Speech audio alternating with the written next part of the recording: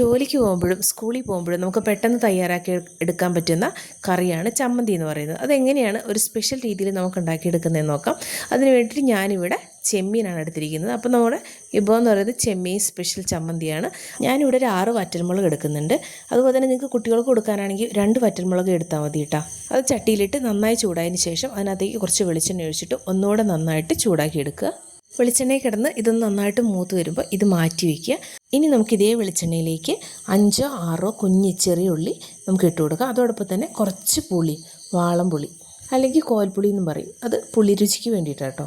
ഇതും അതുപോലെ തന്നെ വെളിച്ചെണ്ണയ്ക്കകത്തിട്ടിട്ട് നന്നായിട്ടൊന്ന് മൂപ്പിച്ചെടുക്കുക. ഇനി നമുക്കിതിനകത്തേക്ക് നല്ല പച്ച കറിവേപ്പില ഇട്ട് കൊടുക്കുക. അതുപോലെ തന്നെ ആവശ്യത്തിന് തേങ്ങ, ഇവിടെ ഞാൻ അരമുറി തേങ്ങ എടുത്തിട്ടുണ്ട്. അപ്പോൾ അത് ഇട്ട് കൊടുത്തതിന് ശേഷം നന്നായിട്ട് മൂപ്പിച്ചെടുക്കണം. സ്കൂൾ കുട്ടികൾക്കും അതുപോലെ തന്നെ ജോലിക്ക് പോകുന്നവർക്കൊക്കെ ഉപയോഗിക്കാം കേട്ടോ.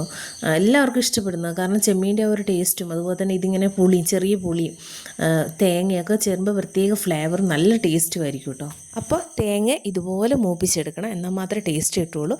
പച്ചക്കരയ്ക്കുമ്പോൾ വേറൊരു ടേസ്റ്റാണ്, ഇങ്ങനെ ചെയ്ത് കഴിഞ്ഞാൽ വേറൊരു ടേസ്റ്റ്. അപ്പോൾ ഇതുപോലെ മൂപ്പിച്ചെടുത്ത് കഴിഞ്ഞാലാണ് ഞാൻ പറയുന്ന രീതിയിലുള്ള നല്ല ടേസ്റ്റ് കിട്ടുള്ളൂ.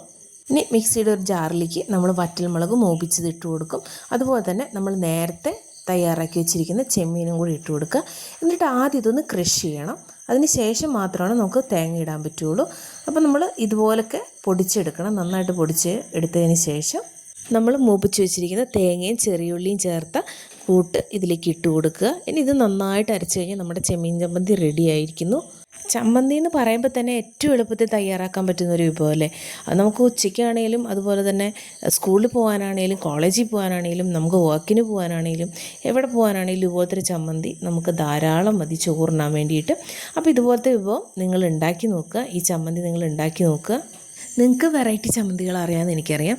അതുപോലെ തന്നെ എൻ്റെ ചമ്മന്തി ഇഷ്ടമായെങ്കിൽ നിങ്ങളൊന്ന് സപ്പോർട്ട് ചെയ്യണേ, സബ്സ്ക്രൈബ് ചെയ്യണം, ലൈക്ക് ചെയ്യണം, ഷെയർ ചെയ്യണം. അതുപോലെ തന്നെ നിങ്ങൾക്ക് അറിയാവുന്ന റെസിപ്പീസൊക്കെ ഒന്ന് കമൻറ്റ് ചെയ്യണേ.